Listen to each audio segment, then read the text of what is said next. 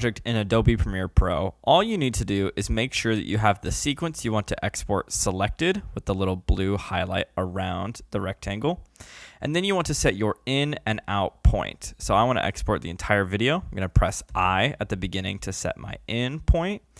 And I'm going to scroll to the end of the video and press O to select my out point. Then once you've done that, you're going to go to the top left corner of the window and click Export. Upon doing that, you can choose the file name of your exported video and the location of your exported video on your computer.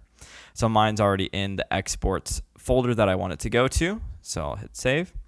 Then with the preset, if your video is going somewhere like on YouTube or Instagram or something of the like, I would recommend your preset being the adaptive high bitrate match source with the H.264 format.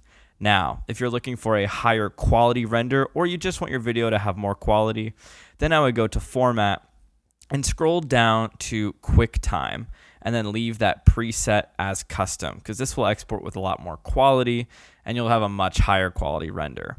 Then you'll scroll down to Export in the bottom right corner, click on that and let your video export. Once it's finished, you get a little notification in the bottom right that says your video was exported successfully. And when we check our Finder window with our exports, we can see our video exported here. Leave a like if this provided value to you, and be sure to subscribe for more Premiere tips.